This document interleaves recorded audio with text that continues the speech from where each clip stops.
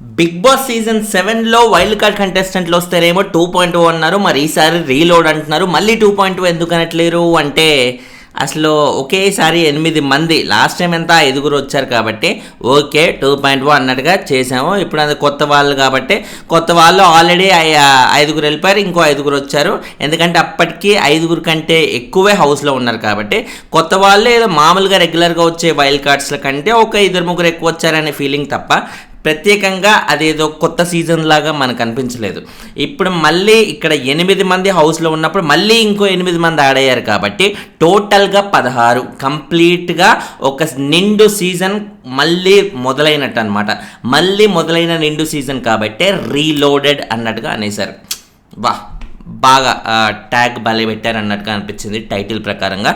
And 16 మంది ఒకేసారి చూస్తుంటే అసలు ఇది మళ్ళీ సీజన్ 8 కాదు సీజన్ 9 స్టార్ట్ అయిందేమో అనే ఫీలింగ్ అయితే వచ్చేసింది అన్నమాట. ఒక ఫ్రెష్ సీజన్, ఫ్రెష్ మనకి ఎంతో ఎక్స్పీరియన్స్ అయిన కంటెస్టెంట్స్తో కూడా ఉన్నారు కాబట్టి అటు ఓల్డ్ ప్లస్ ఎక్స్పీరియన్స్డ్ ఈ రెండింటి మధ్య జరిగే పోరు ఎలా ఉండబోతోంది అని చూడడానికి చాలా ఇంట్రెస్టింగ్గా ఉంటుంది. ఎందుకంటే ఖచ్చితంగా కొత్త వాళ్ళకంటే కూడా ఎక్స్పీరియన్స్డ్ అయిన కంటెస్టెంట్స్తో ఉండే ఆ పోటీ కానీ కాన్వర్జేషన్స్ కానీ ఎప్పుడు ఇంట్రెస్టింగ్గా ఉంటుంది. ఎందుకంటే ఏది మాట్లాడితే బయట ఎలా ప్రొజెక్ట్ అవుతుంది, లాస్ట్ టైం ఏ ప్రొజెక్ట్ అయింది, ఈసారి మళ్ళీ అది రిపీట్ చేయకుండా ఉండాలి, రిపీట్ చేస్తే ఏమవుతుంది కాబట్టి చాలా జాగ్రత్తగా ఉండాలి. ఇలా 1,00,000 జాగ్రత్తలు కానీ భయాలు కానీ ఫన్నులు కానీ ఏ రకంగా చూసుకున్నా చాలా అదిరిపోయే లెవెల్లో అయితే ఈ సీజన్ ఉండబోతుంది అనేది ఖచ్చితంగా మనకు తెలిసిపోయింది ఇప్పటికే. And yes, step by step అయితే మాట్లాడుకుందాం. ఫస్ట్ నైనిక ఎలిమినేషన్, సీత మళ్ళీ ఏడుపు.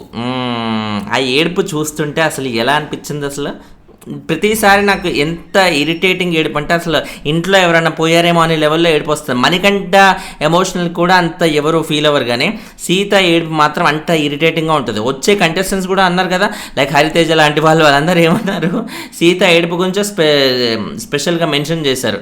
అసలు అమ్మాయి ఎందుకు అలా ఏడుస్తుంది ఏంటని అనిపిస్తుంది అన్నట్టుగా. అంత పాలిష్డ్ లాంగ్వేజ్లో చెప్పింది కానీ ఇంట్లో ఏమని అనుకుంటారు, అసలు ఆ పిల్ల ఉందే, ఏం పిల్ల అసలు ఆ పిల్ల అన్నట్టుగా. ఇట్లా నేను ఇప్పుడు కెమెరా ముందు ఉన్నా కాబట్టి ఈ లెవెల్లోనే ఉన్నాను. కెమెరాస్ లేకపోతే ఆబ్వియస్లీ మన ఇంట్లో మనం వాడే భాష ఏంటో తెలుసు కదా, అదనమాట. సో సీత ఏడుపు అనేది డెఫినెట్లీ చాలా డిస్టర్బింగ్గా అనిపించింది. మనకి ఎలాగైతే అనిపించిందో ఆబ్వియస్లీ ఎక్స్ కంటెస్టెంట్స్కి కూడా, వైల్డ్ కార్డ్ కంటెస్టెంట్స్ కూడా అలాగే అనిపించింది. సో కాబట్టి వాళ్ళు ఇప్పుడు హౌస్లో వచ్చేస్తారు కాబట్టి సీతను ఎలా డీల్ చేస్తారు, ఆ కారణం చేత సీతను ఏమైనా నామినేట్ చేస్తారా, ఏ రకంగా ఉంటాయి నామినేషన్స్ మొత్తం అని మాట్లాడుకుందాం, చూద్దాం ముందు. ఆ తర్వాత నైనిక స్టేజ్ మీదకి వెళ్ళిపోయాక ప్రేరణ మ్యానిపులేటర్ అంట. మ్యానిపులేటింగ్ ప్రేరణ, అది చాలా పెద్ద టైటిల్, అది చాలా పెద్ద నెగిటివ్ ట్యాగ్ అది. కానీ తను ఇచ్చేసింది. ఎందుకు, వేరే వాళ్ళకి ఇలా ఆడాలని ఉంటుంది, బట్ తను ఎలాగైతే ఆడాలనుకుందో అలాగే అందరూ ఆడాలనుకుంటారు అన్నట్టుగా ఆమె ఇచ్చిందన్నమాట. ప్రేరణ ఈమె యాక్టివ్గా హౌస్లో లేదు, కొంచెం యాక్టివ్ ఉండమ్మా, అందరితో ఉండమ్మా, మింగిల్ అవ్వమ్మా అన్నట్టుగా ఆ రకంగా ఆమె మంచి కోసం చెప్పింది. ఈమెమో వేరే వాళ్ళు ఇలా ఆడాలని ఉంటుంది కానీ వాళ్ళని ఆడనివ్వకుండా ఆమెకు నచ్చినట్టుగానే ఆడాలని ఉంటుంది అన్నట్టుగా ఈమె ఇప్పుడు ఈ మ్యానిపులేటర్ అనే ట్యాగ్ ఇవ్వడం. అంటే ఆమెకి ఎలిమినేషన్కి కారణం ఏంటి అని ఇప్పటికీ ఆమె తెలుసుకోవట్లా. నేను బీభత్సంగా వీరోచితంగా పోరాడాను, అయినా సరే ఆడియన్స్కి పిచ్చెక్కిందేమో, నన్ను బయటికి పంపిస్తాననే ఫీలింగ్తో ఆమె అనుకుంటుందన్నమాట. ప్రేరణని మ్యానిపులేటర్ అని ఈ రీజన్ చెప్పడం అయితే చాలా డిజాస్టర్ రీజన్ అని నేను చెప్తాను. అంటే ఆమెకి ఇంకా అర్థం కాలే ఎందుకు ఎలిమినేట్ అయింది, ఏం కథ. నాకు తెలిసి బయటికి వెళ్ళాక ఓహో ఇదే పరిస్థితి, అనవసరంగా ప్రేరణ అన్నానా అని అయితే ఫీల్ అవుతుంది అనుకుంటున్నాను. నేను ఫీల్ అవ్వాలి లెక్క ప్రకారంగా అయితే. మరి ఆమె ఏం చేస్తుందో ఏంటో అయితే ముందు చూడాలన్నమాట. తర్వాత మణికంఠ బ్యాక్ స్టాపర్, వెళ్ళే ప్రతి ఒక్కరు మణికంఠకి ఏదో ఒక సురుకు అంటేయకుండా అయితే వెళ్ళరు. ఆ సురుకులో భాగంగానే ఇప్పుడు నైనిక కూడా వెళ్ళేసింది ఆఫ్ కోర్స్. అండ్ తర్వాత విష్ణు ఫేక్ ఫ్రెండ్, ఈ వీక్ అంతగా మాట్లాడలేదు కాబట్టి ఫేకు అంట. ఏంటో అది పృథ్వీ బాగా అటెన్షన్ సీకర్, ముందు ముఖ్యంగా రెడీ అయ్యేటప్పుడు బాగా అటెన్షన్ సీక్ చేస్తాడు సార్ అన్నట్టుగా అయితే అది చాలా లైట్ వెయిటెడ్ కమెంట్స్ ఇవన్నీ. నబీల్ అవకాశవాది, గేమ్ పైన చాలా క్లారిటీ ఉంటుంది, ఎలాంటి సిచ్యువేషన్ అయినా హ్యాండిల్ చేయగలడు, ఇవన్నీ పాజిటివ్ కమెంట్సే. కానీ అవకాశవాది అనే టైటిల్ ఆయనకి ఇచ్చేసింది. అది ఈ గేమ్లో ఎలాగైతే క్లారిటీ లేకుండా సైలెంట్గా ఉందో స్టేజ్ మీదకి వచ్చాక కూడా అదే కైండ్ ఆఫ్ ఎటువంటి క్లారిటీ లేని మాటలే మాట్లాడుతుంది, క్లారిటీ లేని ట్యాక్సే ఇస్తుంది అందరికీ. అండ్ రియల్ ఫ్రెండ్ సీత, ఇక సీత ట్యాగ్ విన్నాక వచ్చిన ఏడుపు, ఆ ఏడుపు వల్ల ఆడియన్స్కి వచ్చిన రోత అబ్బో ఎందుకు వచ్చిందిలేండి మనం. అండ్ గేమ్ చేంజర్ నిఖిల్ అంట. ఏంటి నేను గేమ్ చేంజరా అని నిఖిలే ఆశ్చర్యపోతాడు నాకు తెలిసి. ఏంటి నాలో ఇన్ని క్వాలిటీస్ ఉన్నాయా, అయ్యో బాబోయ్ అవునా, నేను ఇంత గొప్ప, నేను ఇంత ఇదా, నేను అంతా అదా అన్నట్టుగా నిఖిల్ ఆశ్చర్యపోయే లెవెల్లో ట్యాక్స్ అన్ని ఇచ్చేస్తున్నాం. గేమ్ చేంజర్ అంట, క్లారిటీ చాలా బాగుంటుందంట. ఆయన ఎమోషనల్ స్ట్రెంగ్త్ అయితే ఏదైతే ఉంటుందో అదే తనకి స్ట్రెంగ్త్, వీక్నెస్ కాదు అంట. ఇంకా అది ఈమె ఈ కంటెస్టెంట్స్ని ఏ రకంగా అర్థం చేసుకుంది, ఎంత బాగా అనాలిసిస్ చేస్తుంది అనేది ఇక్కడే మనకు తెలుస్తుంది అన్నమాట. సో అది సో తర్వాత మందబుద్ధి యష్మి, వెరీ గుడ్. ఆమె మందబుద్ధి మీనింగ్ కూడా తెలిసి ఉండదు దానికాకి, ఏదో ఒకటి ఇచ్చేసింది అన్నమాట, ఏదో ఒకటి ఇవ్వాలనే ఉద్దేశంతో. తర్వాత లెటర్స్, మొత్తానికైతే సీతాన్ అబ్బాయి ఎవరికైతే లెటర్ రాలేదో వాళ్ళందరికీ వచ్చేసింది. వాళ్ళందరికీ ఆబ్వియస్లీ లెటర్స్ కానీ ఇలాంటి టాస్క్లు ఏమన్నట్టు ఆబ్వియస్లీ వీకెండ్ ఎపిసోడ్లో అవన్నీ వాళ్ళకి ఇచ్చేస్తారని ఎన్ని సీజన్స్లో మనం చూడలేదు. అయినా కానీ అందరూ ఓవర్ యాక్షన్ చేయాల ఏ లెవెల్లో, సార్ ప్లీజ్ సార్ ఎలాగైనా నాకు ఇవ్వండి సార్, ఆ లెటర్ నాకు కావాలి. ఏంటికి ఓవర్ యాక్షను? నాగార్జున గారు ఇస్తారని తెలీదా, ఏదో రకంగా చేరుస్తారని తెలీదా, అయినా దేనికి కంటెంట్. బిగ్ బాస్ కావాల్సింది కూడా అదే కాబట్టి ఈమె ఓకే మేము మాకు ఇలాంటి కంటెంట్ ఇవ్వడానికి డబ్బులు ఇస్తున్నారు కాబట్టి ఇస్తాం కంటెంట్ అన్నట్టుగా ఉంటే ఇలాగే ఉంటుంది చూసే వాళ్ళకి. ఓవర్ యాక్షన్ చేస్తున్నారు అనే ఫీలింగ్ అయితే ఉంటుంది అన్నమాట. అండ్ అక్కడ వచ్చిన వాళ్ళలో ఎవరున్నారు, సీత, మణికంఠ, యష్మి, వీళ్ళ ముగ్గురు చాలా ఓవర్ యాక్టింగ్ చేశారు. నబీల్ అప్పుడు ఓవర్ యాక్టింగ్ చేయలేదు, ఎందుకంటే హీ నోస్ ఎలా ఇస్తారు, ఖచ్చితంగా లెటర్స్ అనేవి చేరవేస్తారని ఆయనకు తెలుసు కాబట్టి అప్పుడు పెద్దగా ఓవర్ యాక్షన్ చేయలేదు. ఇప్పుడు వచ్చినప్పుడు కూడా థ్యాంక్ యూ సార్ అన్నట్టుగానే తను నార్మల్గానే రియాక్ట్ అయ్యి తీసుకున్నాడు. వచ్చిన వాళ్ళందరూ నబీల్ జపం చేస్తూ ఎందుకున్నారు, ఎందుకంటే నబీల్లో ఆ లెవెల్ మ్యాటర్ ఉంది కాబట్టి అందరూ ఇంత ఇంపాక్ట్ఫుల్గా తన రియాక్షన్స్ ఉన్నాయి కాబట్టి ఖచ్చితంగా అందరు నబీల్ గురించి ఎక్కువ ప్రస్తావించినట్టుగా మనం తెలుసుకోవాలి. బయట వచ్చిన వాళ్ళే ఏముంది, బయట ఆడియన్స్ కూడా అదే లెవెల్లో ప్రస్తావిస్తున్నారు, అదే లెవెల్లో నబీల్ గురించి మాట్లాడుకుంటున్నారు కాబట్టి ఇప్పుడు Nabeel is on the top, అది ఓటింగ్ పరంగా కానీ ఏ పరంగా అయినా సరే. అండ్ తర్వాత వైల్డ్ కార్డ్స్ రూపంలో first Hariteja, most entertaining contestant. అసలు సీజన్ 1లో నాకు తెలిసి టైటిల్ విన్నర్ హరితేజ అని చెప్తాను నేను, ఎందుకంటే శివబాలాజీ గారికి అప్పటికే కాటం రాయుడు రిలీజ్ టైం కాబట్టి ఆయన కాటం రాయుడు దీంట్లోనే ఉన్నాడు, రిలీజ్ అయ్యాక వచ్చిన ఒక అవకాశం కాబట్టి బిగ్ బాస్లో. సో అది చాలా బాగా యూజ్ చేసుకున్న పవన్ కళ్యాణ్ గారి ఫ్యాన్స్ బాగా సపోర్ట్ చేశారు. అండ్ వీళ్ళందరూ సినిమాలో చేసి పాపులర్ అయిన వాళ్ళే. ఈయన మన శివబాలాజీ గారు కానీ తర్వాత వచ్చిన వేరే కంటెస్టెంట్ కానీ హరితేజ గారు మటుకు సినిమాల్లో చేసినా కూడా సినిమాల్లో కంటే కూడా షో ద్వారా వచ్చిన పాపులారిటీ, షోలో తను ఫండ్ చేసిన విధానం, చెప్పిన హరికథలు కానీ ఎంటర్టైన్మెంట్ కానీ ఏ ఆస్పెక్ట్లో చూసినా కూడా హరితేజ వాజ్ ఫెంటాబులస్ అసలు సీజన్లో. కాబట్టి నా దృష్టిలో Hariteja as one Bigg Boss title winner తనే అని నేను చెప్తాను. అండ్ తన విషయంలో కత్తి నబీల్ ఆబ్వియస్లీ, అండ్ సుత్తి యష్మి. యష్మి అందరికీ మెజారిటీగా సుత్తి యష్మి వచ్చింది, కత్తి నబీల్ వచ్చింది. ఒకవేళ సోనియా ఉండుంటే నాకు తెలిసి మెజారిటీగా అందరికందరూ సుత్తి సోనియానే అనేస్తారనమాట. ఎందుకంటే ఇప్పుడు యష్మికే ఇంతమంది చెప్పారంటే సుత్తి సోనియా ఉండుంటే నాకు తెలిసి ఒక్కరు కూడా మిస్ చేయకుండా ప్రతి ఒక్కరు సోనియానే చెప్పేవారు. అండ్ ఇంకా సీత ఏడుపు కూడా చాలా ఇరిటేటింగ్గా ఉంటుంది, ఎందుకు అలా ఏడుస్తుంది అన్నట్టుగా అనిపిస్తుంది అన్నట్టుగా హరితేజ ఇదే సందర్భంలో చెప్పేస్తుంది అన్నమాట సుత్తి విషయంలో. అండ్ మణికంఠ కంటే ఎక్కువ సీత ఏడుపు అన్నట్టుకంటే సార్ ఓకే సార్ కరెక్ట్ అన్నట్టుగా తనని డిప్లొమాటిక్గా చెప్పాలని అది ఆన్సర్ దాటేసింది అనమాట. ఎందుకంటే తనకు తెలుసు మణికంఠ ఏడుపు ఓకే ఏడుస్తున్నాడు, ఏంట్రా మాటికి ఏడుస్తున్నాడు అనే ఫీలింగ్ అయితే వస్తుంది. కానీ ఇక్కడ సీతను చూస్తుంటే ఆ ఏడుపు చాలా ఇరిటేటింగ్గా ఉంటుంది. అసలు సౌండింగే ఎలా ఉంటుంది, నిజంగా రామ చాలా ఒక కైండ్ ఆఫ్ నెగిటివ్ ఎనర్జీ బాగా వచ్చేస్తుంది మైండ్లోకి, చాలా ఇరిటేటింగ్గా ఉంటుంది అసలు ఏడుపు, ఆ సౌండింగ్. ప్రతిదానికి ఒకసారి ఏడిస్తే ఏడుపు, 2 సార్లు ఏడిస్తే ఏడుపు, ప్రతిదానికి ఏడుస్తూ ఉంటే ఎవరు మాత్రం సీరియస్ తీసుకుంటారు చెప్పండి. అందరికీ ఇలాగే అనిపిస్తుంది. వచ్చిన వైల్డ్ కార్డ్స్కి ఎలాగ అనిపిస్తుందో బయట ఆడియన్స్కి కూడా అలాగే అనిపించడంలో ఎటువంటి డౌట్ అయితే లేదు. ఆ తర్వాత టేస్టీ తేజ. నాకేమనిపించింది, లాస్ట్ సీజన్లో ఆల్రెడీ చూసేసిన కంటెస్టెంట్స్ మళ్ళీ ఇమీడియట్గా రప్పించడం అనేది ఎంతవరకు ఆడియన్స్ ఎంగేజ్ అవుతారో నాకు అనిపిస్తుంది. ఎందుకంటే హరితేజ గారు చాలా సంవత్సరాల తర్వాత వచ్చారు కాబట్టి ఓకే, ఆ ఒక ఫ్రెష్ ఫీలింగ్ అనేది ఉంటుంది. బట్ తేజ కానీ గౌతమ్ కానీ వీళ్ళందరూ లాస్ట్ సీజన్లో వచ్చిన వాళ్ళు ఇచ్చిన కంటెంట్ కానీ చేసిన ఫీట్లు కానీ అన్నీ ఫ్రెష్గానే ఉన్నాయి.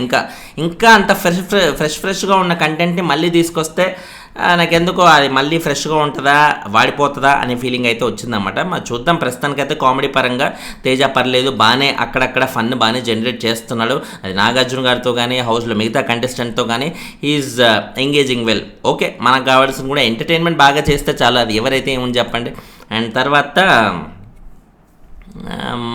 వాళ్ళ తేజ ఏవి ఫెంటాస్టిక్ అనిపించింది నాకు. అందరి ఏవీస్ కంటే కూడా చాలా క్రియేటివ్గా చేసి ఫన్ కానీ ఓవరాల్గా సెటప్ కానీ ఒక పెద్ద ప్యాలెస్లో వాళ్ళ అమ్మగారిని కూడా ఇంక్లూడ్ చేసిన ఏవి చాలా ఫెంటాస్టిక్ అనిపించింది. చాలా క్రియేటివ్. అది తేజ ఐడియానో మరి ఎవరి ఐడియానో కానీ మొత్తానికైతే చాలా చేశారు. అండ్ బిగ్ బాస్ నుంచి బయటికి వెళ్ళి 20 టీ ఫ్రాంచైజీలు పెట్టాడంట మాస్టర్. ఏంటి ఆషామాషా? బిగ్ బాస్ టైటిల్ విన్నింగ్ ఒకటి అయితే ఆ బిగ్ బాస్ వల్ల వచ్చే క్రేజ్ని ఉపయోగించుకొని బయటికి వెళ్ళి డెవలప్ అవ్వడం అనేది, ఆ క్రేజ్ని ప్రాపర్గా యూస్ చేసుకోగలడం అనేది అది ఇంకో ఎత్తని చెప్పాలి. So title winning is not everything. Bigg బాస్లో ఒక పార్టిసిపేషన్గా చేసి నెంబర్ ఆఫ్ వీక్స్ ఉండగలిగి ఆడియన్స్లో ఈ బయటికి వెళ్ళి ఈ మనిషిని అరే ఈయన బిగ్ బాస్ కంటెస్టెంట్ రా అంటూ గుర్తుపట్టగలిగితే చాలు, ఇంకా అదే పేరు, ఇంకా మనిషిని ఎవరు ఆపలేరు అన్నట్టుగా తేజ చేసుకున్న ఈ అచీవ్మెంటే లెక్క అనమాట. 20 టీ ఫ్రాంచైజీలు అంటే ఏం నార్మల్ మాట కాదు అది తనది. అండ్ తర్వాత ఈయన విషయంలో కత్తి, పృథ్వీ అండ్ నిఖిల్ అంట ఆటలు బాగా ఆడతారనా? ఏ పరంగా కత్తి అన్నాడు అంటే కంపారిటివ్లీ కొంచెం డామినేటింగ్ నేచరు, మిగతా వాళ్ళు అమ్మ ఎందుకురా బాబు వీళ్ళతోని అన్నట్టుగా ఒక ఆరా అనేది క్రియేట్ చేసుకున్నారు కాబట్టి ఆ విధంగా కత్తి అని అన్నారేమో. అండ్ శోభ వీడియో బయట ఇచ్చింది. షో ఆబ్వియస్లీ వీళ్ళిద్దరికి ఆ సీజన్లోనే మంచి ర్యాప్ అనేది ఉంది కాబట్టి రచ్చరచ్చగా బీభత్సంగా ఫన్ కూడా జరిగింది కాబట్టి అదే ఫన్ బయట ఉన్నప్పుడు కూడా జనరేట్ చేసుకుంటూ ఒకరింట్లో ఒకరు ఫంక్షన్ అయితే వెళ్ళడం కానీ పార్టీస్కి వెళ్ళడం కానీ ఆ బాండింగ్ అనేది అలాగే కొనసాగింది. అదే బాండింగ్తో ఇప్పుడు వీడియో బయట కూడా రిలీజ్ చేశారన్నమాట. హరితేజకేమో నవదీప్ వీడియో బయట చాలా రోజుల తర్వాత బిగ్ బాస్లో భాగంగా నవదీప్ని చూడడం చాలా హ్యాపీగా అనిపించింది కదా. ఎందుకంటే నవదీప్ అప్పట్లో వైల్డ్ కార్డ్గా వచ్చినా కూడా ఇంపాక్ట్ వాస్ టూ హెవీ. వీళ్ళందరినీ నవదీప్ని కానీ హరితేజ గారు, శివబాలాజీ గారు, ధనరాజు వీళ్ళందరినీ చూస్తుంటే ఒక నాస్టాలజిక్ ఫీలింగ్. అంటే ఆ సీజన్ 1 నుంచి చెప్తున్న రివ్యూస్ కాబట్టి ఆబ్వియస్లీ ఆ మెమరీస్ అంతా ఒకేసారి వచ్చి అరే అప్పుడు ఎంత బాగుండేది కదా, ఆ రోజులు ఎంత బాగుండేది కదా ఫీలింగ్. హరితేజ ఎలాగైతే నాస్టాలజిక్ ఫీలింగ్ అనుభవించిందో నాకు అదే నాస్టాలజీ ఫీలింగ్ అయితే వచ్చేసింది నవదీప్ని హరితేజని బిగ్ బాస్లో భాగంగా చూసినప్పుడు. అండ్ తేజకి అలా తన సక్సెస్లో యాడ్ అయితే అండ్ తేజ ద్వారా 20 lakhs ప్రైజ్ మనీ అయితే యాడ్ అయింది. That's a fantastic thing. రావడంతోనే మంచి బొనాన్జాతోనైతే వచ్చాడు.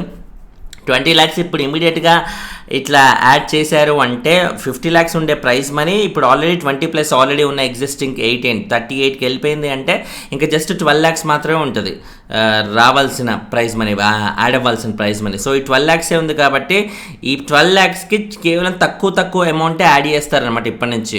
ఒకదానికి 50,000 అని, 20,000 అని, 10,000 అని అట్లా కొంచెం యాడ్ చేసుకుంటూ 50 దాకా తీసుకెళ్తారా? లేకపోతే 20 lakhs ఒకేసారి యాడ్ చేస్తారు కాబట్టి ఇందులోంచి కోసేయడం మొదలు పెడతారా? టాస్కులు పెట్టి ఓకే మీరు ఇది రాంగ్ చేశారు కాబట్టి 1 lakh కట్, మీరు ఇది రాంగ్ చేశారు కాబట్టి 2 lakhs కట్ అన్నట్టుగా కట్ చేసుకుంటూ వెళ్తారా అనేది చూడాలన్నమాట. తర్వాత నైని పావని ఇదే టైంలో నైనిక వెళ్ళిపోవడం కరెక్ట్ అనిపించింది. ఎందుకంటే పేర్లతో మళ్ళీ మేము ఇట్లా కన్ఫ్యూజ్ అవ్వాలి రివ్యూలు ఇచ్చేటప్పుడు. ఇప్పుడు నైనికి ఇన్ని ఓట్లు అంటే నైనియా, ఏ నైనికానా నైని పావనినా అన్నట్టుగా అయితే అంటారన్నమాట. సో నైనిక వెళ్ళిపోయింది కాబట్టి ఓకే నైని పావని గురించి మనం ఈజీగా మాట్లాడుకోవచ్చు అన్నట్టుగా అయితే ఉంది పరిస్థితి. నైని పావని లాస్ట్ సీజన్లో ఉన్న ఒక్క వారం అయినా కూడా ఇంపాక్ట్ఫుల్గా అయితే తను ఉంటే బాగుండు అని అనిపించింది. ముఖ్య ఎలిమినేషన్ టైంలో ఆల్మోస్ట్ అసలు ఎమోషనల్ అవ్వని వాళ్ళే లేరు, ఆ లెవెల్లో చాలా ఏడ్చింది. అసలు ఎంత ఆశలు పెట్టుకుని వచ్చా, ఏంది ఇది ఎందుకు ఇలా అయిపోయింది అన్నట్టు. 2.0 కంటెస్టెంట్కి అప్పుడు వచ్చింది, ఇప్పుడు కూడా మళ్ళీ ఈ సెకండ్ లాంచ్లోనే మళ్ళీ వచ్చిందన్నమాట. సో ఉంటే బాగుండు అనిపించిన కంటెస్టెంట్ అప్పట్లోనే ఒక వారం ఉన్నా కూడా. సో మళ్ళీ అదే అంటే మనం ఏదైనా గట్టిగా కోరుకుంటే ఛాన్స్ లేదు అసలు సెకండ్ టైం బిగ్ బాస్కి వస్తారు అని ఎవరు మాత్రం అనుకుంటారు చెప్పండి. బట్ జరిగింది అంటే ఈ లెవెల్లో 2.0 లాంచ్ లాగా ఒకటి చేసి గ్రాండ్ లాంచ్ లాగా చేసి ఒక సీజన్లో మళ్ళీ ఎక్స్ కంటెస్టెంట్ తీసుకొస్తారు అన్నట్టుగా ఒకటి జరిగిందంటే మన చూడండి జీవితంలో మనం ఏదైనా ఘనంగా అనుకుంటే గట్టిగా ఏదైనా అనుకొని తీరితే అది పాసిబిలిటీ లేకున్నా కూడా దేవుడు ఏదో ఒక దారి క్రియేట్ చేసి అప్పటికప్పుడు ఆ ఫార్మాట్లు చేంజ్ చేసి ఇలా అవకాశాలు క్రియేట్ చేస్తాడేమో. సో నైని పావని చూస్తుంటే నాకు అలాగే అనిపించింది. తను అంత గట్టిగా కోరుకుంది, ఒక వారానికే వెళ్ళిపోయానంటే ఎందుకు నా డ్రీమ్స్ ఇలా షాటర్ అయిపోయి అది ఇది అన్నట్టుగా చాలా అమ్మాయి బాగా బాధపడింది. తన బాధను చూసానేమో దేవుడు ఈ అవకాశం కల్పించినట్టుగా అయితే మనం అర్థం చేసుకోవాలి. అండ్ తర్వాత ఇలాంటివి నేను బాగా నమ్ముతాను. డెస్టినీ అనేది ఎలా తిప్పుతుంది, ఏదైనా గట్టిగా అనుకుంటే జరిగి తీరుతుంది అన్నట్టుగా నేను నమ్ముతాను. సో అదే నైని విషయంలో అయితే జరిగింది. అండ్ శివాజీ గారి నుంచి వీడియో మెసేజ్ అయితే వచ్చింది. ఆ సీజన్లో మంచి ఒక డాడీ అంటూ పిలిచేది, ఆయన కూడా మంచి ఒక కూతురులాగా చూసుకునే వాళ్ళు. వీళ్ళిద్దరి మధ్య ఉండే బాండింగ్ ఎమోషన్స్ చాలా ఫెంటాస్టిక్గా ఉండేది జరిగిన ఒక్క వారం అయినా కూడా. ఆయన నుంచి వీడియో మెసేజ్ రావడం అనేది ఇట్స్ ఎ గుడ్ థింగ్ అని చెప్పాలి. అండ్ శివాజీ గారు ఒక మాట చెప్పారు, నువ్వు టాస్కులు గెలిస్తే నువ్వు మాత్రమే గెలుస్తావమ్మా, బట్ ఫెయిర్గా ఆడటం ఉంటే, నువ్వు ఫెయిర్గా ఉంటే జనాల్ని గెలుస్తావు అన్నట్టుగా అన్నారు. That's fantastic thing. ఎందుకంటే నైనిక లాంటి వాళ్ళకి ఇటువంటివి బాగా పనికొస్తాయి. వీళ్ళు టాస్కులు గెలిస్తే చాలు, ఇంకేం అక్కర్లేదు, పక్కకెళ్ళి రిలాక్స్ అవ్వచ్చు, మళ్ళీ టాస్క్ పెట్టినప్పుడు వెళ్ళి ఆడేస్తే అయిపోతుంది అన్నట్టుగా అనుకున్నారు. టాస్కులు కాదు కదా అక్కడ మ్యాటరు. బిగ్ బాస్లో ఉండే ప్రతి సెకండ్ ఇంపార్టెంట్. కాబట్టి ఆ ప్రతి సెకండ్ ఇంపార్టెంట్ అని శివాజీ గారు ఇప్పుడు మళ్ళీ నైని పావనికి గుర్తు చేయడం అనేది it's a very good thing. ఆమె కూడా ఆబ్వియస్లీ ఆమె తెలిసినా కూడా ఫాదర్ లాంటి ఫిగర్ నుంచి అది వస్తే ఖచ్చితంగా ఆప్యాయత అనేది ఎక్కువ ఉంటుంది. దాని తగ్గట్టుగా గేమ్ని సీరియస్గా తీసుకొని ఆడటం మొదలు పెడితే డెఫినెట్లీ ఇంకా స్టాప్ అనేది ఉండదు మన అమ్మాయికి. దాని తర్వాత మెహబూబ్ డ్యాన్స్ ఎంట్రీ, కత్తి ఏమో నోబిలో, అండ్ సోహెల్ నుంచి మంచి వీడియో మెసేజ్. అప్పటి నుంచి వీళ్ళకి ఫ్రెండ్షిప్ అయితే ఇన్ని సంవత్సరాలైనా కూడా కంటిన్యూ అవుతూనే ఉంటుంది. సోహెల్ విషయంలో సోహెల్ అప్పుడు ఫినాలేలో ఆ ఫైనల్ వీక్లో ఉన్నప్పుడు హౌస్లో ఈయన ఎక్స్ కంటెస్టెంట్ ఎంట్రీ ఉన్నప్పుడు గుర్తొచ్చిందా, మా మనోడే అనమాట. ఇట్లా థర్డ్ పొజిషన్లో ఉన్నప్పుడు డబ్బులు తీసుకొని వెళ్ళిపో అన్నట్టుగా అయితే, థర్డ్ పొజిషన్లో ఉన్నప్పుడు డబ్బులు తీసుకొని వెళ్ళిపో అన్నట్టుగైతే హింట్ ఇచ్చాడు జస్ట్ సైగలతోనే. ఆ సైగ అంత షార్ట్ టైంలో సైగ చేయడం, ఆ షార్ట్ టైంలో ఆ సైగని సోహెల్ అర్థం చేసుకోవడం అనేది తన ఫేట్ అంటారు కదా, అదృష్టం. ఒక మనిషికి ఈడ్చిదనడం అంటే ఏంటంటే అదే. ఎవరన్నా సోహెల్ ఆ టైంలో ఎవరు వచ్చినా కూడా సోహెల్ అన్నట్టుగా బీభత్సంగా పేరు మారిపోయేది. పేరు మారుమోగిపోయే కంటెస్టెంట్ ఆబ్వియస్లీ నేను ఎందుకు డబ్బులు తీసుకుని వెళ్తారా బాయ్, నేను టైటిల్ విన్నర్ రా బాయ్ అనే ఆ కాన్ఫిడెన్స్ అయితే ఖచ్చితంగా ఉంటుంది. ఆ కాన్ఫిడెన్స్ ఉంటుంది. సో డౌట్ లేకుండా డబ్బులు ఒకవేళ నాగార్జున గారు బిగ్ బాస్ వాళ్ళు ఆఫర్ చేస్తే తీసుకునేవాడు కాదు. కానీ అక్కడ క్లియర్గా మెహబూబ్ హింట్ ఇచ్చాడు కాబట్టి డబ్బులు తీసుకోవాల్సి వచ్చింది. సో నాకు తెలిసి అప్పటి నుంచే ఏముంది, ముందు నుంచే ఫ్రెండ్సే కాబట్టి. కానీ ఆ ఇన్సిడెంట్ వల్ల మేబీ ఇంకా బాండింగ్ అనేది పెరుగుంటుంది. అండ్ తర్వాత రోహిణి అప్పుడు చాలా సైలెంట్గా ఉన్నా కూడా ఇప్పుడు మంచి ఫన్ అయితే జనరేట్ చేసింది కదా. మనం చాలా ఈటీవీ కామెడీ షోస్లో చాలాసార్లు మనం చూసాం. అది జబర్దస్త్ కానీ ఇంకో షోస్లో కానీ హైపరాది కాంబినేషన్లో అయితే వీళ్ళ కామెడీ ఫన్ బాగా పేలుతుంది. అండ్ ఇవి కూడా మంచి అంటే ఒక ఫన్ ఎలిమెంట్ లాగా బాగా పనికొస్తుంది. సో ఆల్రెడీ ఎంటర్ అయినాక చాలా ఫన్ అయితే జనరేట్ చేయగలిగింది, ఎక్కువ మంది నవ్వించగలిగింది. ముందు కూడా ఇలాగే కొనసాగుద్దా, హరితేజని మరిపించే ఫన్ చేయగలుగుతుందా లేకపోతే హరితేజ కింద తేలిపోతుందా చూద్దాం. ఎందుకంటే హరితేజ ఇప్పుడు ఇలాంటి కామెడీ షోస్ లాంటివి ఏమీ చేయట్లేదు. బట్ రోహిణి ఆన్ ఫీల్డ్లో ఉంది, ఆన్ స్టేజ్లో ఆల్రెడీ ఉంది, ఆన్ ట్రాక్లో ఉన్నప్పుడే ఆవిడ్ని ఒకసారి సైడ్కి రామ్మా అని బిగ్ బాస్లోకి తీసుకొచ్చారు. కాబట్టి రోహిణి నుంచి ఎక్కువ కంటెంట్ వస్తుంది, ఫన్ ఎలిమెంట్ అని నేను అనుకుంటున్నా కంపారిటివ్లీ హరితేజ కంటే కూడా. అండ్ ఈ వీడి దృష్టిలో ప్రేరణ కత్తి అటు నబీల్కి ఎంత వచ్చిందో ప్రేరణ కూడా అంతే ఒక పాజిటివ్ వైబ్ అనేది వచ్చిన వాళ్ళు. ఎందుకంటే నో డౌట్ అబ్బాయిల్లో నబీల్ అనేవాళ్ళు ఖచ్చితంగా అమ్మాయిలు అని ఆలోచిస్తే ప్రేరణ కంటే బాగా ఇంకెవరు ఆడుతున్నారు అమ్మాయిల్లో, సో ఖచ్చితంగా ప్రేరణ పేరే ఎవరైనా తీసేస్తారు. కాబట్టి అలాగే రోహిణి కానీ మిగతా వాళ్ళు కానీ ప్రేరణ పేరు బాగా పాజిటివ్ పాయింట్స్తో అయితే చెప్పారు వీళ్ళందరూ. అండ్ తర్వాత గౌతమ్ మంచి నీకెవరు కాంపిటీటర్ అంటే నబీల్, మరి కత్తి ప్రేరణ ఇద్దరు పేర్లు చెప్పేశారు ఎవరికి వాళ్ళు. అండ్ సుత్తి అయితే యష్మికి బలంగా పడేలా అయితే ఉంది నాకు తెలిసి. ఇప్పుడు నామినేషన్స్లో రేపు నామినేషన్స్ దగ్గర నుండి ఆల్రెడీ నామినేషన్స్లో నామినేట్ చేసేసారుగా యష్మిని కూడా గట్టిగా పడుతున్నాయి కొంచెం. హరితేజ గారు నామినేట్ చేసినట్టుగా అయితే తెలుస్తుంది అన్నమాట. సో ఇలాగే యష్మికి కొంచెం టఫ్ టైం లాగే ఉంది. సోనియా ఉండింటే ఇంకా టఫ్ టైం ఉండేది, బట్ సోనియా ప్లేస్లో యష్మి అన్నట్టుగా ఇప్పుడు అందరికీ టఫ్గా కనబడుతుంది. కాబట్టి కొంచెం యష్మితో డీలింగ్ అనేది వైల్డ్ కార్డ్స్కి కొంచెం కంటెంట్ పరంగా బాగా కాంట్రవర్షియల్ కంటెంట్ వచ్చే అవకాశం అయితే బాగా తెలుస్తుంది. ఇదే కాంట్రవర్షియల్ కంటెంట్తో ఇలాగే కొనసాగుతాం మాత్రం యష్మి మరో సోనియా అయి హౌస్లో దద్దరిల్లేలా చేయడం, కంటెంట్ బీభత్సంగా వచ్చేయడం పెద్ద పనేం కాదు నా దృష్టిలో. ఇప్పుడు యష్మి ఇప్పుడు తన సోలోగా ఆడితేనే చాలా బెటర్. తను ఆల్రెడీ నిఖిల్ పృథ్వీతో చాలా క్లోజ్గా ఉంది. ఇప్పుడు సోనియాని రిప్లేస్ చేసే పొజిషన్లో వాళ్ళిద్దరితో క్లోజ్గా ఉంటే నాకు ఇప్పుడు చాలా బాగుంటుంది అనే ఫీలింగ్తో ఉంది. వాళ్ళిద్దరితో ఉంటే నాకు తెలిసి నిఖిల్ ఆట కూడా చెడిపోతుంది, పృథ్వీ ఆట కూడా చెడిపోతుంది. వాళ్ళ ముగ్గురు ఒక గ్రూప్ అనేటట్టుగా అయితే ఉంటుంది. అలా కాకుండా యష్మి సపరేట్గా సింగిల్గా ఉంటే మాత్రమే సింగిల్ సింహం లాగా బిందు మాధవికి వచ్చిన ఆ పేరు లాగా, బిందు మాధవికి వచ్చిన ఆ మంచి పేరు కానీ, ఆ ఫైటర్ అనే స్పిరిట్ కానీ అవన్నీ మళ్ళీ యష్మికి వచ్చే అవకాశం అయితే ఫుల్గా ఉంది. సో తను సింగిల్గా ఉంటుందా, లేకపోతే నిఖిల్ అండ్ పృథ్వీతో అలాగే తన బాండింగ్ అనేది కంటిన్యూ చేస్తూ వాళ్ళ దగ్గరే కూర్చుంటుందా, వాళ్ళ దగ్గర ఉంటూనే వాళ్ళ బాండింగ్ కొనసాగుతూనే గేమ్ ఆడుతుందా అనేది ముందు రోజుల్లో అయితే చూడాలి. అండ్ తర్వాత ఒక్కొక్కరికి ట్యాగ్ ఏమంటే గౌతమ్ ఓవర్ కాన్ఫిడెంట్ అనే ట్యాగ్ సీతకి ఇచ్చాడు. సీతకు అర్థమై ఉంటుంది, ఏంట్రా ఆగరాగానే నాకు ఇచ్చాడు బయట నుంచి. సీతగా ఇంతకుముందు ఒక మాట అన్నది ఒక వారం క్రితం ఎపిసోడ్స్లో. ఇప్పుడు వైల్డ్ కార్డ్స్ రాబోతున్నారు కదా, వైల్డ్ కార్డ్స్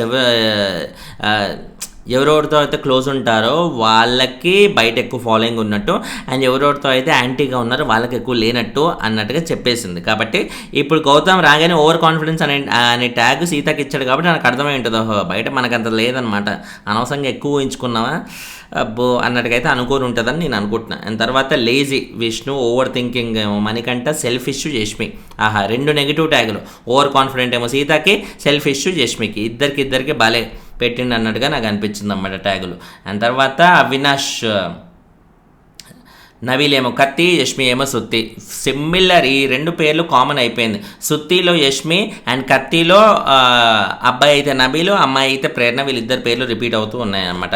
అండ్ శ్రీముఖి నుంచి మంచి వీడియో మెసేజ్ అయితే వచ్చింది. శ్రీముఖి కంటే కూడా హర్యానా నుంచి వచ్చుంటే బాగుండే అని నాకు అనిపించింది. ఎందుకంటే ఆ సీజన్లో వీళ్ళిద్దరికి మంచి బాండింగ్ ఉంది. వీళ్ళు ఉన్న 4th సీజన్లో అసలు హర్యానాకి అప్పుడు మంచి పాజిటివ్ వైబ్ ఉన్న టైంలో మనకి అవినాష్ కూడా హర్యానాతో ఉండడం వల్ల, అంటే హౌస్ మొత్తం హర్యానాని అపోజ్ చేస్తుంటే సోహెల్ కానీ మహబూబ్ కానీ వీళ్ళందరూ హర్యానాని అపోజ్ చేస్తుంటే అవినాష్ లాంటి వాళ్ళు సపోర్ట్ చేసేవాళ్ళు. కాబట్టి వీళ్ళిద్దరి మధ్య బాండింగ్ అనేది పెరిగింది. సో ఇప్పుడు నాకు ఆ వీడియో మెసేజ్ అనిపించినప్పుడు ఇంకెవర్రా, ఇప్పుడు మిగతా వాళ్ళందరికీ ఫ్రెండ్స్ వస్తున్నారు కాబట్టి ఆబ్వియస్లీ అవినాష్కి కూడా ఆ సీజన్లో ఉన్న ఫ్రెండ్ హర్యానానే వస్తుందని డౌట్ లేకుండా నేను అనుకున్నా. బట్ ఇమీడియట్గా శ్రీముఖిని చూసేసరికి షాక్ అయ్యాను అనమాట. సో మేబీ బయటకి వెళ్ళిపోయాక శ్రీముఖి కొంచెం బాండింగ్ ఎక్కువ అయి ఉండొచ్చు కాబట్టి తన మెసేజ్ చూపెట్టారు. అండ్ మీరు కూడా అనుకున్నారా హర్యానా వస్తే బాగుండు అనుకున్నారా, లేకపోతే శ్రీముఖి ఓకే శ్రీముఖి అయినా గుడ్ డే అన్నట్టుగా అనుకున్నారా? కమెంట్ చేసి అయితే చెప్పండి. నేను ఛానల్ని కొంచెం లైకులు కొడతా ఉంటే వీడియోలు ఎక్కువ మంది కనిపిస్తాయి మాస్టర్, ఎన్ని లైకులు కొడతా అనే అడ్వాంటేజ్ దయచేసి లైకులు మిస్ చేయకండి. My sincere request, like. And తర్వాత ఒక్కొక్కరిని ఇమిటేట్ చేశారు చూసారా, విష్ణుని కానీ మణికంఠన్ కానీ. ఓహో, ఇదే ఇమిటేషన్ నాకు తెలిసి హౌస్లో చేశాడు అనుకోండి, మణికంఠ చేతిలో మనోడు పీస్ అయిపోతాడు. ఆ లెవెల్లో మళ్ళీ మణికంఠ ఎమోషనల్ అయ్యి దానికి కంటెంట్గా యూజ్ చేసుకొని అబ్బో అంత తప్పు చేయడనే నేను అనుకుంటున్నా అవినాష్ కానీ వైల్డ్ కార్డ్స్ ఎవరు కానీ. ఎందుకంటే ఇప్పుడు అఫ్కోర్స్ ఇమిటేట్ చేయడం డౌట్ లేకుండా మణికంఠ అది బీభత్సంగా కంటెంట్గా వాడుకుంటాడు, రచ్చ చేస్తాడు, బ్లేమ్ చేస్తాడు. ఇప్పుడు తను పాపులర్ అయ్యి కంప్లీట్గా అవినాష్ని బ్లేమ్ చేస్తాడు. సో అలాంటి తప్పు అవినాష్ కాదు, ఏ వైల్డ్ కార్డ్స్ కూడా ఎవరూ చేయరు. ఎందుకంటే మన మణికంఠకి ఇలాంటివి చేయడం వల్లే బయట ఓటింగ్ బాగా పెరుగుతుందని వచ్చిన వైల్డ్ కార్డ్స్ అందరికీ తెలుసు. కాబట్టి అందరూ కూడా చాలా జాగ్రత్తగా ఉంటారు, ఎవరు అలాంటి పొరపాట్లు అయితే చెయ్యరని నేను స్ట్రాంగ్గా ఫీల్ అవుతున్నాను. అండ్ తర్వాత గంగవ్వకి నాగార్జున గారు 7 lakhs ఇచ్చారంట హౌస్, ఇల్లు కట్టుకోవడానికి. That's a great thing. అంటే మామూలుగా నేను నాగార్జున గారు కాకుండా మిగతా హీరోస్ నుంచి నేను ఎక్కువగా విన్నాను, చాలామంది హీరోస్ ఇలా చేసినట్టుగా నేను విన్నాను. అది బాలకృష్ణ గారు కావచ్చు, చిరంజీవి గారు, లేకపోతే పవన్ కళ్యాణ్ గారు, అండ్ యూనో ఇలాంటి పేర్లు అయితే నేను చాలాసార్లు విన్నా. కానీ నాగార్జున గారు అంటే ఆయన ఇచ్చే పర్పస్ ఎప్పుడు డిఫరెంట్ పర్పస్కి ఇస్తాడు. ఏమన్నా ఒక బ్రాడర్ పర్స్పెక్టివ్లో ఇప్పుడు ఏమన్నా చెట్లు నాటడం కానీ, లేకపోతే మరొక డిఫరెంట్ కైండ్ ఆఫ్ సోషల్ సర్వీసులు చేస్తాడు ఆయన. ఇలాంటి రెగ్యులర్ అందరూ చేసే సోషల్ సర్వీస్ చేయరు. బట్ గంగవ్వకి ఆయన 7 lakhs ఇచ్చి ఇల్లు కట్టుకోమన్నారంటే that's a very good thing అని చెప్పాలి. సో దాని తర్వాత నేను లాస్ట్ టైం మధ్యలోనే వెళ్ళిపోయావు, ఈసారి కూడా నువ్వు వెళ్ళిపోతావు అంటే ఈసారి ఏం వెళ్ళా, నువ్వు వెళ్ళగొట్టేదాకా ఉంటాను అన్నట్టుకైతే అంటుందన్నమాట. నిజానికి లాస్ట్ టైం ఉండుంటే ఖచ్చితంగా తనకి చాలా ఒక ఇంపాక్ట్ఫుల్గా ఉండే కంటెస్టెంట్ అయ్యేస్తాను. ఎందుకంటే తన ఏజ్ పరంగా ఎవరు చూసినా కూడా తనని ఒక సింపతి యాంగిల్లోనే చూస్తారు. తన మీద ఎంత కోపం వచ్చినా కూడా పెద్దవిడ అంటే ఆ మాత్రం చాదస్తం ఉందా చెప్పండి అన్నట్టుగా ఎవరైనా అనుకుంటారు తప్ప ఒక మాట అనుకోవాలన్నా తిట్టుకోవాలన్నా కూడా ఆలోచిస్తారు. 1-10 సార్లు ఆలోచిస్తారు. అండ్ టాప్ 5లో డౌట్ లేకుండా లాస్ట్ టైం ఉండేది. అభిజిత్కి పోటీ ఇస్తుందా అంటే ఒకే ఒక వీక్లో అభిజిత్ ఓటింగ్ కూడా దాటింది ఫస్ట్ వీక్లో. తర్వాత అభిజిత్ ఎలాగో కంటిన్యూస్గా టాప్లోనే వస్తున్నాడు కానీ బట్ గంగవ్వ అట్లీస్ట్ టాప్ 5లో కూడా ఖచ్చితంగా ఒక పొజిషన్ అయితే తను తీసుకునేది, డౌట్ లేకుండా తీసుకునేది. బట్ మధ్యలో వెళ్ళిపోవడం వల్ల, ఎందుకంటే గ్రామీణ వాతావరణంలో పల్లె వాతావరణంలో పెరిగిన ఒక పెద్ద ఆవిడ వచ్చి ఏసీ గదుల్లో ఆ ఏసీ వాతావరణం ఆర్టిఫిషియల్ ఎన్విరాన్మెంట్లో ఉండమంటే అడ్జస్ట్ అవ్వడం అంటే కాని పని కాబట్టి ఆవిడ వెళ్ళిపోవాల్సి వచ్చింది. చాలా ఏడ్చారు. కన్ఫెషన్ రూమ్లో ఆవిడ ఎమోషనల్ అవుతుంటే అమ్మ అస్సలు చూడలేము నాయన, ఎంత బాధ అనిపించింది అసలు ఆ ఎపిసోడ్. కానీ ఇప్పటికీ నాకు ఆ ఎపిసోడ్ చాలా గుర్తు. తర్వాత గంగవ్వకు కూడా నబీలే నచ్చాడు. మళ్ళీ వరంగల్ అబ్బాయి ఎవరో మంచిగా అంటే నబీల్ అంటే నబీలు ఆయన బాగా ఆడుతుండు, మంచి కష్టపడుతుండు అన్నట్టుకైతే. అండ్ సో ఆవిడకు కూడా నబీలే నచ్చిండు. ఇక్కడికే నాకు తెలిసి నబీల్ ఆల్రెడీ ట్రోఫీ వచ్చేసినట్టు. ట్రోఫీ వస్తే మాత్రం ఇంతకన్నా సంతోషం ఏముంటుంది మాస్టర్. ఇవాళ ఎపిసోడ్ ఆయనకు చూపిస్తే చాలు, అసలు నాకు ఇది చాలు రాబాయ్ అన్నట్టుగానే అనుకుంటాను. నాకు తెలిసి వాళ్ళ family members, Nabeel family members అంటే చాలా హ్యాపీగా ఫీల్ అవుతూ ఉంటారు ఇవాళ ఎపిసోడ్ చూస్తే. వచ్చిన ప్రతి ఒక్కరు అబ్బా నబీల్ అని నా కొడుకునే, నా తమ్ముడినే, నా అన్ననే ఎంతమంది మెచ్చుకుంటున్నారా అని అందరు హ్యాపీగా ఫీల్ అవుతారు. అండ్ తర్వాత last immunity shield task OG versus Royals వీళ్ళిద్దరికి పెడితే ఆ ఇమ్యూనిటీ షీల్డ్ అయితే గెలుచుకున్నాం. మరి దానివల్ల ఉపయోగం ఏంటి, ఎవరికి వెళ్తుంది, ఇమ్యూనిటీ ఎవరికి వస్తుంది అన్నట్టుగా అయితే మనం చూడాలన్నమాట. అండ్ నామినేషన్స్ పరంగా చూసుకుంటే వైల్డ్ కార్డ్స్కి అందరికీ ఇమ్యూనిటీ అనేది వచ్చేసిందంట.